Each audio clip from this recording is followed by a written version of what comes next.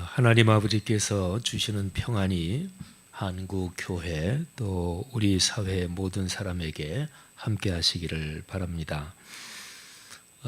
저는 요즘 포로기 이후에 책들을 묵상하고 있습니다. 특별히 그 책들 중에서도 그 예언서 쪽으로 분류된 책이 학개, 스가랴, 말라기 세 권이 있지요. 포로기 이후에 이스라엘 백성들은 그 포로 시기에 얻은 그 뼈저린 교훈 또는 가르침을 어떻게 삶으로 실천했을까, 그게 궁금했고, 한국 교회가 바벨론 포로기 이후 때처럼 각성하고 새로워졌으면 좋겠다 하는 생각으로 그 책들을 묵상하고 있습니다. 스가랴서는 그 책들 중에 하나지요. 오늘 제 설교는 제가 올해 3.1절 101주년 기념주일에 설교한 내용을 다시 찬찬히 들여다보면서 다듬고 고친 것입니다. 독립운동의 일생을 불살랐던 기독교 신앙인 한 분의 글을 제가 낭독해 드리겠습니다. 인용문이 조금 길지만 귀 기울일 내용입니다. 내 소원이 무엇이냐 하고 하느님이 내게 물으시면 나는 서슴지 않고 내 소원은 대한 독립이요 하고 대답할 것이다. 그 다음 소원은 무엇이냐 하고 물으시면 나는 또 우리나라의 독립이요 할 것이요. 또 그 다음 소원이 무엇이냐 하는 세 번째 물음에도 나는 더욱 소리를 높여서 나의 소원은 우리나라 대한의 완전한 자주 독립이요 하고 대답할 것이다. 나는 오늘날의 인류의 문화가 불완전함을 안다. 나라마다 안으로는 정치상, 경제상, 사회상으로 불평등, 불합리가 있고 밖으로는 국제적으로 나라와 나라의, 민족과 민족의 시기, 알력, 침략, 그리고 그 침략에 대한 보복으로 자꾸 큰 전쟁이 끊일 사이가 없어서 많은 생명과 재물을 희생하고도 좋은 일이 오는 것이 아니라 인심의 불안과 도덕의 타락은 갈수록 더하니 이래가지고는 전쟁이 끊일 날이 없어 인류는 마침내 멸망하고 말 것이다. 그러므로 인류 세계에는 새로운 생활 원리의 발견과 실천이 필요하게 되었다. 이야말로 우리 민족이 담당한 천직이라고 믿는다. 이러함으로 우리 민족의 독립이란 결코 삼천리 삼천만만의 일이 아니라 진실로 세계 전체의 운명에 관한 일이요. 그러므로 우리나라의 독립을 위하여 일하는 것이 곧 인류를 위하여 일하는 것이다. 만일 우리의 오늘날 형편이 초라한 것을 보고 자굴지심을 바라여 우리가 세우는 나라가 그처럼 위대한 일을 할 것을 의심한다면 그것은 스스로 모욕하는 일이다. 우리 민족의 지나간 역사가 빛나지 아니함이 아니냐? 그것은 아직 서곡이었다. 우리가 주연 배우로 세계 역사의 무대에 나서는 것은 오늘 이후다. 3천만의 우리 민족이 옛날에 그리스 민족이나 로마 민족이 한 일을 못한다고 생각할 수 있겠는가? 내가 원하는 우리 민족의 사업은 결코 세계를 무력으로 정복하거나 경제력으로 지배하려는 것이 아니다. 오직 사랑의 문화, 평화의 문화로 우리 스스로 잘 살고 인류 전체가 의좋게 즐겁게 살도록 하는 일을 하자는 것이다. 어느 민족도 일찍이 그러한 일을 한 이가 없으니 그것은 공상이라고 하지 마라. 일찍이 아무도 한 자가 없기에 우리가 하자는 것이다. 이 큰 일은 하늘이 우리를 위하여 남겨놓으신 것임을 깨달을 때에 우리 민족은 비로소 제 길을 찾고 제 일을 알아본 것이다. 나는 우리나라가 세계에서 가장 아름다운 나라가 되기를 원한다. 가장 부강한 나라가 되기를 원하는 것은 아니다. 내가 남의 침략에 가슴이 아팠으니 내 나라가 남을 침략하는 것을 원치 아니한다. 우리의 부력은 우리의 생활을 풍족히 할 만하고 우리의 강력은 남의 침략을 막을 만하면 족하다. 오직 한없이 가지고 싶은 것은 높은 문화의 힘이다. 문화의 힘은 우리 자신을 행복하게 하고 나아가서 남에게 행복을 주겠기 때문이다. 1947년에 출간된 백범일지의 부록 나의 소원에 수록된 글입니다. 여러분, 지금의 우리 사회는 백범 선생이 그토록 간절히 바라던 미래와 비교할 때 어떤 모습입니까? 구한말, 또 일제강점기, 또 6.25 전쟁, 한국 전쟁을 거치면서 전 세계에서 가장 비참하고 못살고 초토화된 나라. 그런데 현재는 전 세계에서 가장 약하고 힘없던 나라에서 이제 우리는 세계적으로 상당히 강한 나라가 됐습니다. 경제력으로는 한 10위 정도고요. 군사력은 한 7, 8위 정도 되는 나라입니다. 백범 선생이 그토록 간절히 바라던 문화의 힘, 봉준호 감독의 영화 기생충이나 또는 BTS의 활동으로 대표되는 현상적인 이 한류 문화의 확산으로 세계적으로 뚜렷하게 드러나고 있습니다. 일제 치하와 해방, 또 정부 수립과 6.25 전쟁, 산업화와 경제 발전, 군사 독재와 민주화 및 인권운동 등 우리 민족은 그야말로 수많은 굴곡을 겪었고 사망의 음침한 골짜기를 수도 없이 지났습니다. 그러나 우리는 지금 여기 세계 역사 흐름의 한가운데 우뚝 서 있습니다. 요즘 코로나를 겪으면서 힘겨워하고 있지만 이 또한 넉넉하게 극복해 낼 것입니다. 우리의 방역은 온 세계에서 이미 찬사를 받고 있습니다. 마음 아픈 일은 정파적 싸움에 연결된 이른바 진보와 보수의 극한 대립입니다. 치우친 진보와 치우친 보수, 이 양극단에 매몰된 사람은 사실은 그렇게 다수는 아닙니다.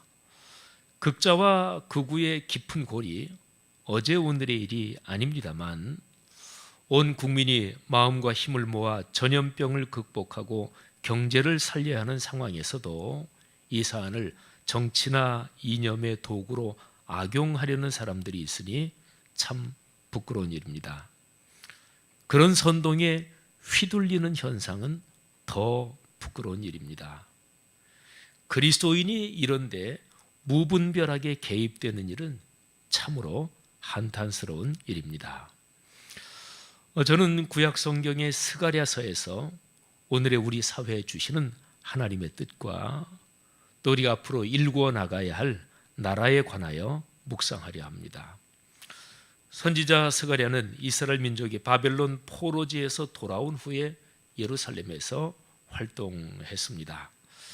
바벨론 포로지에서 이미 하나님의 환상을 보고 활동을 했고 포로기 이후의 공동체의 강력한 말씀의 대언자가 된 거죠.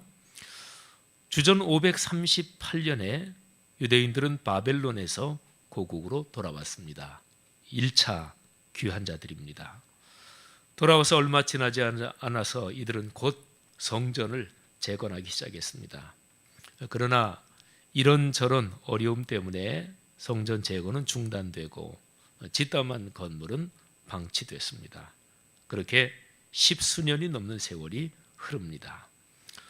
바사왕 다리오 왕 제2년, 그러니까 주전 520년에 하나님께서 선지자 학개, 스가랴 등에게 말씀을 주시죠. 신앙의 정체성을 바로 세워 민족을 다시 일으키라는 명령입니다. 자, 그러면 하나님께서 그 명령에서 구체적인 방법은 무엇인가요? 중단된 성전 재건을 다시 시작하라는 것이 구체적인 방법이었습니다. 그런데 거기에서 중요한 것은 성전 건물, 그러니까 건물의 재건은 틀이었습니다. 궁극적인 목적은 성전을 다시 세우면서 유대인의 마음과 영혼에 다시금 하나님의 말씀이 새겨지고 그 말씀이 삶이 되는 것이었습니다. 스가랴는 하나님 말씀을 받아서 대언하면서 미래에 펼쳐질 나라를 그립니다. 그 감동적인 모습이 오늘 제가 설교 본문으로 선택한 그 본문에서 4절, 5절, 2절에 참 멋진 그림으로 그려져 있습니다. 제가 두 가지 번역으로 이 4, 5절을 한번 읽겠습니다. 먼저는 개역 개정판이고 그 다음에는 표준 세번역입니다. 만군의 여호와가 이같이 말하노라.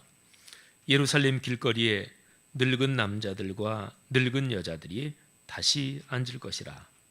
다 나이가 많으므로 저마다 손에 지팡이를 잡을 것이요 그 성읍 거리에 소년과 소녀들이 가득하여 거기에서 뛰놀리라.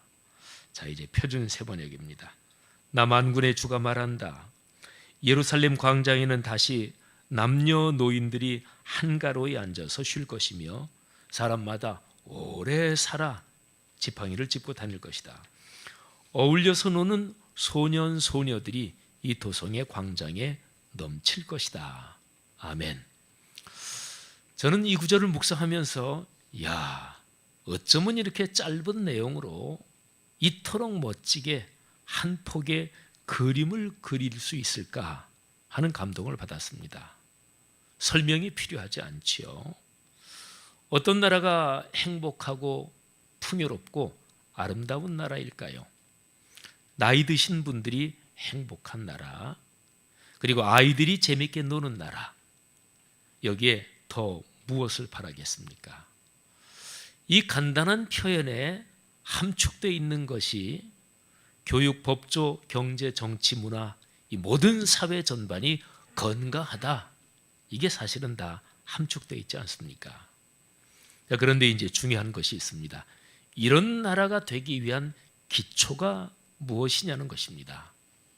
2절, 3절에 그 답이 있습니다.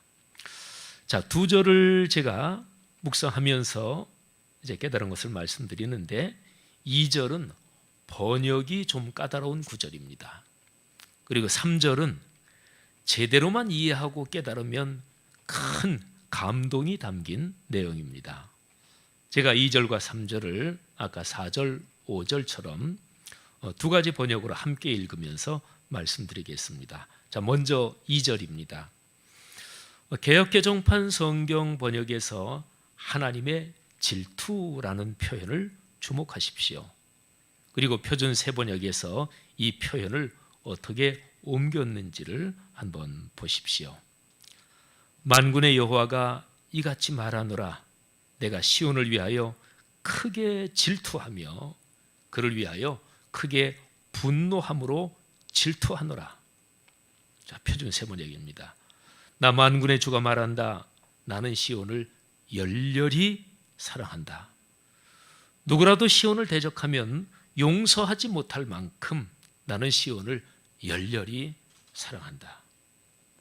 자, 표준 세번역은 질투를 열렬한 사랑으로 번역했습니다.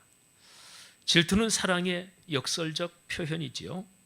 질투할 때 어쨌든 현상적으로는 에너지가 더 큽니다. 하나님은 포로기 이후에 고통스럽게 살고 있는 당신의 백성을 애가 타도록 사랑하고 그리고 질투하고 계십니다. 이스라엘 민족을 질투하며 그토록 사랑하시는 하나님께서 이제 폐허가 되어버린 예루살렘으로 돌아오십니다. 현실에 지치고 낙담해 있는 유대인들 삶의 한가운데로 하나님께서 살러 오십니다. 3절이 바로 그런 내용입니다. 자, 이 구절도 2절처럼 제가 두 가지 번역으로 낭독해 드리겠는데 두 번역에서 시제의 차이에 주목해 보십시오. 여호와가 이같이 말하노라. 내가 시온에 돌아와 예루살렘 가운데에 거하리니 예루살렘은 진리의 성읍이라 일컫겠고 만군의 여호와의 산은 성산이라 일컫게 되리라. 자, 이제 표준 세 번역입니다. 나 주가 말한다. 내가 시온으로 돌아왔다. 내가 예루살렘에서 살겠다.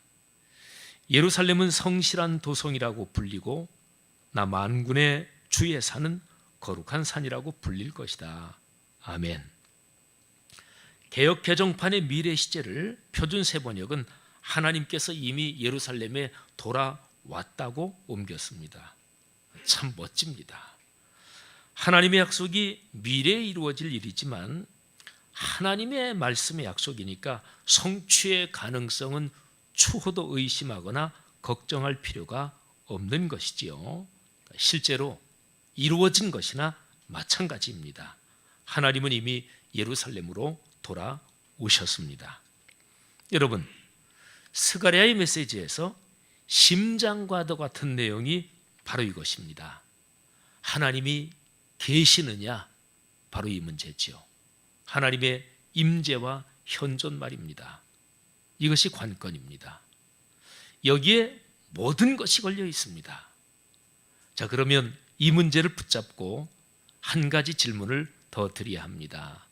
그러면 하나님의 임재와 현존, 하나님이 사람 삶의 현장에 함께 계시다는 것이 구체적으로는 어떤 현상으로 나타나는 것일까요? 하나님의 말씀이 일상과 인격에서 살아 움직이는 것입니다. 개인과 사회의 모든 영역에서 구체적으로 작동하는 것이지요. 포로기 이후 예루살렘 공동체의 생사가 바로 여기에 걸려 있었습니다.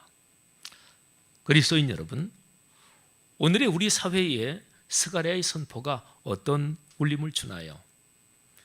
그리스도인과 한국교회는 이 말씀을 들으면서 무엇을 깨달아야 하는 것인가요? 우리나라가 갈등을 극복하고 아름다운 나라로 성숙하는 길, 출구가 무엇입니까? 사회 전반에 하나님의 임재와 현존이 충만해지는 것, 곧 말씀이 삶이 되는 것입니다. 유일하고 완결된 계시인 66권 성경의 가치관이 개인과 사회의 모든 영역에서 지속적으로 강력하게 작동되는 것입니다. 이 일에 인생을 거는 그리스도인들이 일어나야 합니다. 말씀이 삶이 되는 일, 바로 이 핵심적인 일이지요. 저는 말씀이 삶이 되는 것, 이게 기독교다, 이런 생각을 늘 가지고 있는데 이거를 제 나름대로 말씀 삶 운동, 이렇게 이름을 붙여봤습니다. 자, 말씀 삶 운동은 어떻게 진행되는 것일까요? 어떤 사회 현상으로 이어져야 되는 것일까요? 두 단계로 작동돼야 합니다. 먼저는 말씀이 그리스도인과 교회에 뿌리 내리고 이로써 사회 전체에 거룩한 영향을 끼칠 수 있습니다. 이 순서가 바뀌면 안 됩니다. 일상과 인격이 변하지 않는 그리스도인과 교회는 결코 사회적 영향력을 갖지 못합니다. 복음 전도는 근본적으로 말과 삶으로 전합니다. 기독교 역사에서 교회가 타락할 때 나타나는 공통적인 현상은 언제나 삶이 없는 말이었습니다. 두 영역이 성숙해야 합니다. 개인의 윤리 도덕성, 그리고 사회적 공의와 공공성입니다. 이 둘은 양자택일의 문제가 아닙니다. 하나가 없으면 다른 하나가 설 수 없습니다. 성경의 가르침에서 이 둘은 결코 떨어진 적이 없습니다. 이른바 보수 복음주의에서 사회적 공의를 알고도 소홀했다, 위선이고, 모르고 소홀했다, 무지고, 뚜렷한 이론을 내세우면서 소홀했다, 잘못된 신학입니다. 두 가지를 지키고 가꿔야 합니다. 지구 행성의 물리적 환경과 인간관계의 정신적 환경입니다. 물리적 환경을 가꾸려면 독점을 거부하고 공유의 문화를 추구해야 합니다. 생태적 환경윤리의 확장이 그 중심입니다. 정신적 환경을 가꾸려면 독단을 거부하고 공감의 가치를 소중히 여겨야 합니다. 인도적 인륜 도덕의 성숙이 그 중심입니다. 생태적 환경윤리 그리고 인도적 인륜 도덕, 일반적인 표현으로 지금 제가 말씀드리지요. 예수를 안 믿는 사람 누구나 다 들어도 소통 가능한 언어지요. 생태적 환경윤리, 인도적 인륜 도덕, 이 둘은 창조와 구원의 명령에 깊이 연관된 그리스도인의 소명입니다. 두 가지 틀이 확고해야 합니다. 정치에서 법치의 민주주의, 경제에서 상생의 시장 경제입니다.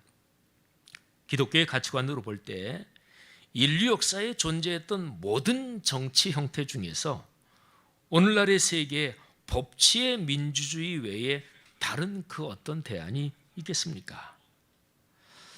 경제제도로 본다면 경제제도의 양 두 극단, 곧 고전적 자본주의가 좋다든지 유토피아적 공산주의가 가능하다든지 그렇게 보는 사람은 없지요. 사유재산제를 기본으로 하되 사회적 공의가 보장되는 적절한 정책이 필요한데 이거를 좀 더 넓은 의미로 상생의 시장경제 이렇게 표현할 수 있을 것입니다. 여러분, 우리나라가 이런 내용들이 충분히 작동되는 아름다운 나라가 되어야 한다 이런 얘기를 듣고 에이 좋기야 하지만 꿈 같은 얘기지 할 사람들이 있을 것입니다.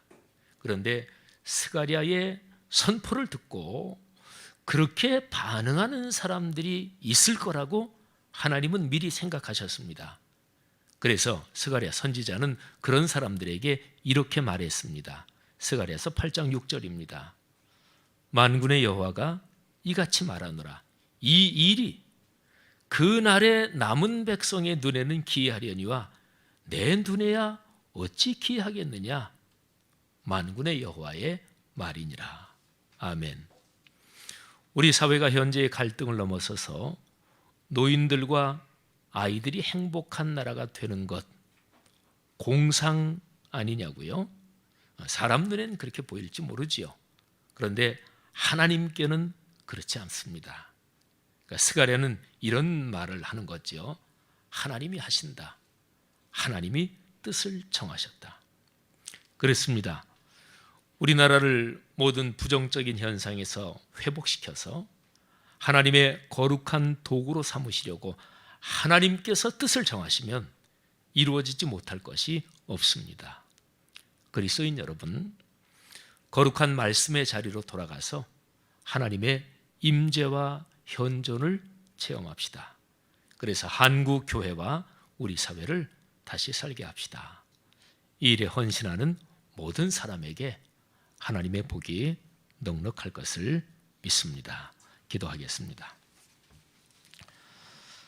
하나님 아버지, 하나님께서 서구 사람들의 표현으로 보면 저 동쪽 끄트머리에 있는 작은 나라, 극동에 있는 작은 나라에 예수 그리스도의 십자가의 복음을 주시고 하나님을 경외하며 예배하는 또 말씀을 온 삶으로 부둥켜 안고 걸어가는 사람들을 이 땅에 세우셨습니다. 하나님, 21세기의 5분의 1이 지나는 이 오늘날의 인류 이 세계 속에서 하나님께서 한국교회 또 우리 한국민족 또는 이 나라에 주신 소명이 무엇입니까? 우리가 깊이 기도하며 주님의 임재와 현존을 체험하고 그 소명을 사명으로 받아 순명하도록 하나님께서 우리를 축복해 주옵소서. 예수님 이름으로 기도 올립니다. 아멘.